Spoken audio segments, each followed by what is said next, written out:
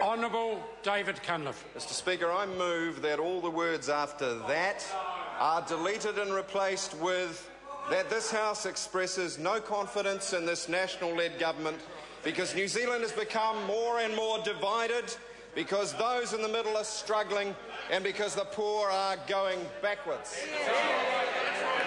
Mr Speaker, what is going to be that Prime Minister's legacy when he finishes up later this year? Just how is he going to be remembered? Well, it won't be for that visionless, defensive speech, full of tinkering and the same old, same old. It might be for his half-finished user-pays cycleway, but I doubt it, because John Key Memorial Cycleway does not really have a certain ring to it.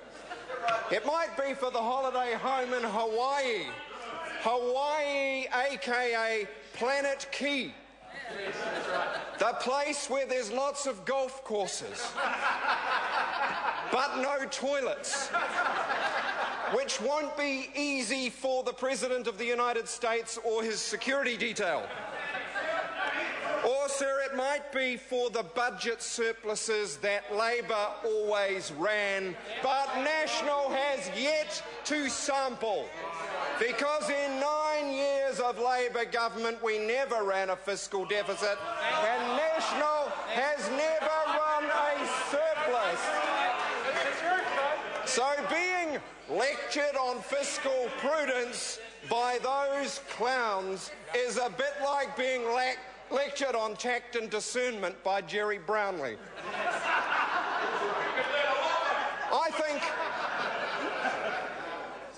I think John Key's actually going to go down in history by what the international press calls him: unidentified guest.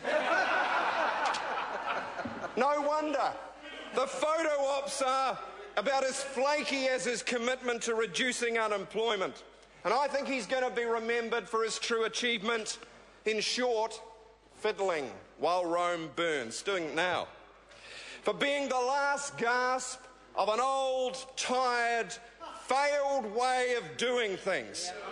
The Prime Minister who clung to business as usual, while every day more and more Kiwis find themselves struggling. Left behind by a government that is increasingly out of touch, arrogant and patently just in it for their mates. He talks about an economic recovery, but let's be blunt. The only good news comes from the insurance checks from the disaster in Christchurch and some damn good prices for milk solids. Neither of those can the government take credit for. They don't milk the cows and they don't milk the dairy markets, Mr Speaker. Mr Speaker, milk is New Zealand's greatest export, nearly a quarter of our export receipts. And when the price of milk powder goes up, our economy goes up with it. All very well if you've got a dairy farm, as half the National Caucus seems to have, at least one, sometimes five, but not much good if you're trying to run a manufacturing business and export something other than milk powder. Not much good if you're trying to do smart, value-added, sustainable business in a world where your future seems dependent on the end of a cow's udder. Mr Speaker, you take a devastated city and the price of milk out of the equation, and what are you left with? An unidentified guest. But putting that aside, putting aside the fact that the government can claim no responsibility whatever for any type of recovery, what are they doing with what there is? I'll tell you what they're doing. They're making sure that it goes to the top few.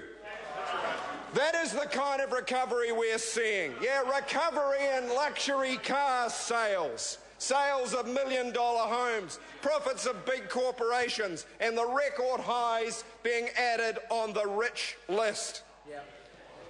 It's interesting to hear him talk about it. He still puts his faith in trickle-down theories, but 30 years of increasing inequality, increasing child poverty, and a shrinking middle New Zealand clearly says otherwise. Absolutely right. Unlike milking cows, this government's milking New Zealand, and it's called trickle up, not trickle down. Which would, Mr. Speaker, explain why the chequebook is always open for big business, That's right. but not for Pike River families. Why the employment law is happy to be changed for Warner Brothers, but there's not even a chance of an inquiry for the families of dead forestry workers.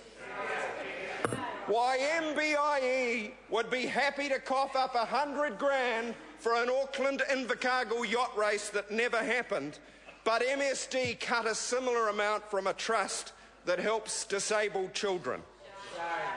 Why there's $1 billion of tax cuts for the richest New Zealanders, but the most vulnerable get booted when they can't get a job. It explains why elite private schools get tens of millions of taxpayers' funding, while a decile 1 Christchurch school gets unlawfully shut down. It explains why major supermarkets are posting record profits and mums and dads with good jobs struggle to keep up with the bills. Why power companies are raking in super profits and retirees are going without heating because they can't afford to open their power bill. Why the stockbrokers that helped John Key sell our assets made over $150 million on clipping the ticket, while manufacturers are trying to sell real value-added Kiwi-made goods, get a high dollar and layoffs. Why a select few are making millions on investment property tax-free, and everybody else who works hard, plays by the rules, earns a salary, a wage, pays tax on every dollar they own. The top 1% under John Key own 16% of the wealth, and the bottom half own only 1/20. Like I said, arrogant, out of touch, out for their mates. Mr. Speaker, I am struck by just how out of touch. When I hear Mr. Key talking about safe and skilled workplaces, tell that to the families of the dead forestry workers or the miners. And a so-called commitment to export markets, which is code for trade deals he won't even let the public see. There's one commitment that New Zealand would like to see, and that's a commitment to lowering our dollar right now. Because the Reserve Bank says we're 15% over values, and that adds up to jobs lost and families ruined. And that's not even scratching the surface. Listen to the Prime Minister and his southern henchmen, Mr. English and Mr. Joyce, and they'll tell you that you should count yourself lucky that this is as good as it gets, that there is no alternative. Well, I'll tell you something, there is an alternative, and it's called a new Labour-led government. Just yesterday in my State of the Nation, I outlined a vision for a better New Zealand, a fairer New Zealand, one which everybody has the opportunity to make the most of themselves. The kind of opportunities that both that Prime Minister and I had when we were young. Neither of us came from families that had any money. We both benefited from a good state school. We benefited from a good health system when my dad was desperately ill. But he has been pulling the ladder up after himself. Yes, what an absolute disgrace. What a disgrace. He is continuing his 30-year project of widening the gap between the haves and the have-nots. And that is not a future that we want for New Zealand. It's not one that New Zealanders want for themselves. We are a fair nation, and we value attributes like hard work and compassion and looking after each other, because we know that when some of us do well, we all should do well. That it shouldn't be to pit New Zealander against New Zealander. It shouldn't be to pit the 1% against the 99. Mr. Speaker, I think actually in his heart of hearts that's something even the Prime Minister recognised when he launched his little pet teacher bonus scheme last week. It was a pretty clumsy shot at softening his image. He even used the word egalitarian.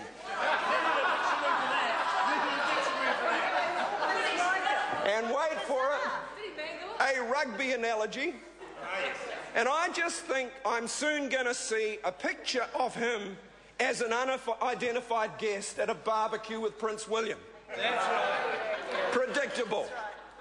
Never before, though, in all seriousness, has New Zealand faced the critical choices it faces now. We are at a crossroads. One path points to an increasingly fractured and divided society, a widening gap between the haves and the have-nots, a government that is arrogant, out of touch and out for its mates. And we, sir, want a better, fairer New Zealand. The other path is one of courage, of compassion, of ingenuity. It's a country that embodies all that is good about our past and combines it with our highest vision for a modern, fair, inclusive economy. Mr. Speaker, it means building an economy worthy of our Kiwi values, a country based on those values. Mr. Speaker, with good clean water. Very good. Mr. Speaker, in that New Zealand, a full day's work will cover the basics. There will be more jobs available. Wages will catch up with prices. New Zealanders will pay what it's fair, whether it's their power bill, their tax bill, or their grocery bill. And every child in the country will have what they deserve, a fair chance, opportunity to make the best of themselves, to work hard and to get ahead, to start life early, healthy, to learn early, and to fulfil their potential. It's not just the right thing to do. It is the smart thing to do. Because when every Kiwi kid can be the best they can be, this country will be the best it can be. Order. A successful economy with strong regions, with investment, with training, with research and development, not just a speculator's paradise or some foreigner's farm. An economy with strong regions where there are good jobs for all who need them. A networked digital economy with faster, cheaper broadband rolled out faster than those clowns could roll out a roll of toilet paper. Mr. Speaker, an economy with decent work, good conditions, high wages and safe workplaces. An economy built on a world-leading education system with high-value exports. Mr. Speaker, New Zealand's not going to get rich exporting raw logs or raw milk powder or bulk fish caught on foreign vessels by foreign crews that aren't paid the minimum wage, who don't pay tax in New Zealand, who export the processing offshore, or a freezing industry riddled with overcapacity that's now getting to export whole carcasses so somebody else can cut them up and add the value. Or by limiting a technology industry with an adequate overpriced broadband Ms. Adams, or cutting R&D funding for our most innovative industries. Mr. Speaker, over the next few months, the Labor Party will be launching a series of joined-up policy packages designed to rebuild and rebalance this economy from this country, from local communities up. And with it, we will outline how the economy needs to work for New Zealanders both now and in the future. So we started yesterday with our Best Start package, a set of policies that's about going and giving the next generation the best start possible. 59,000 families with newborn babies will receive a Best Start payment of $60 a week for the first year of the child's life. And, Mr. Speaker, the investment will go to all families with a combined income of $150 or less in their first year and will give them more choices about how they juggle work and home life. And, Mr. Speaker, we need to keep easing the pressure for modest and middle-income families beyond the first year. And that's why, for those families earning up to $50,000 unabated, the payment of $60 will continue to the child's third birthday. Mr. Speaker, I also announced that we will be increasing free early childhood education up to 25 hours from 20.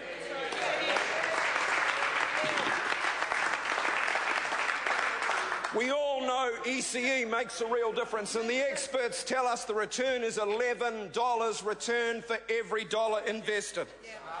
Mr. Speaker, alongside that, we need to expand access to early childhood centres, because free hours aren't enough if you haven't got a centre to study in, and we need to restore funding for qualified teachers. Why is it that Prime Minister will pay bonuses to high school principals and cut funding for early childhood educators? Answer that question, Joel.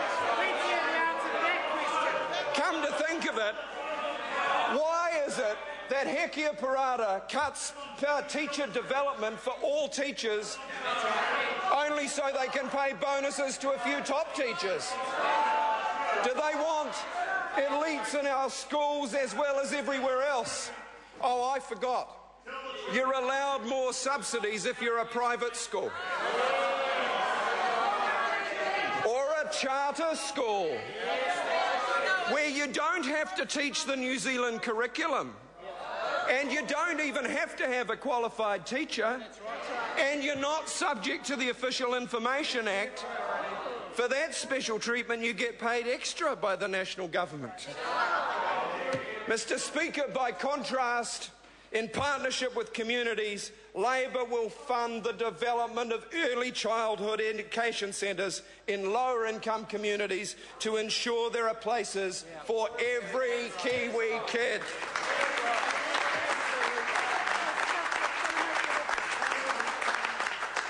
And we are committed to funding 26 weeks of paid parental leave for every New Zealand family that needs it.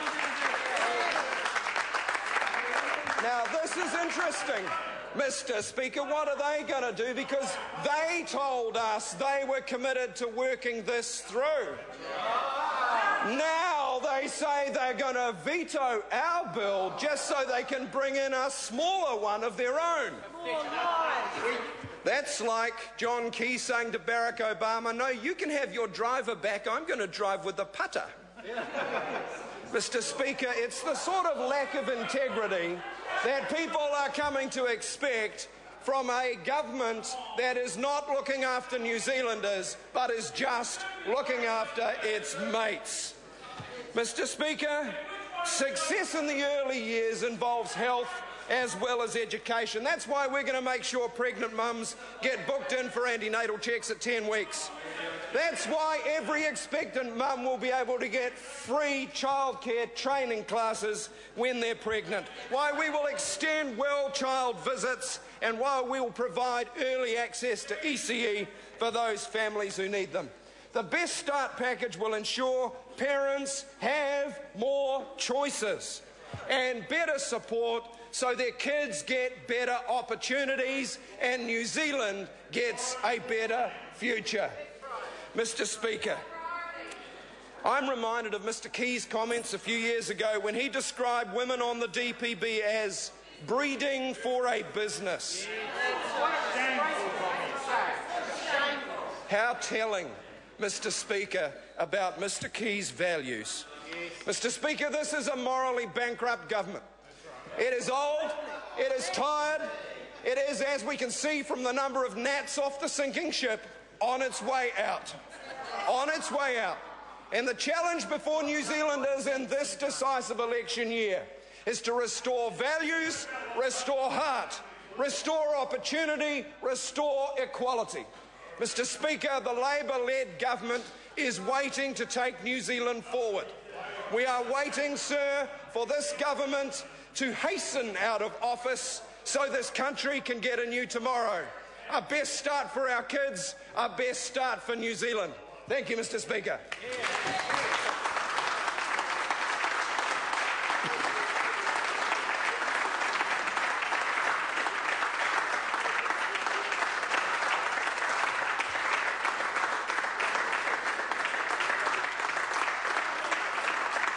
Order. Order. The question is that the amendment be agreed to. Dr. Russell Norman. Thank you, Mr.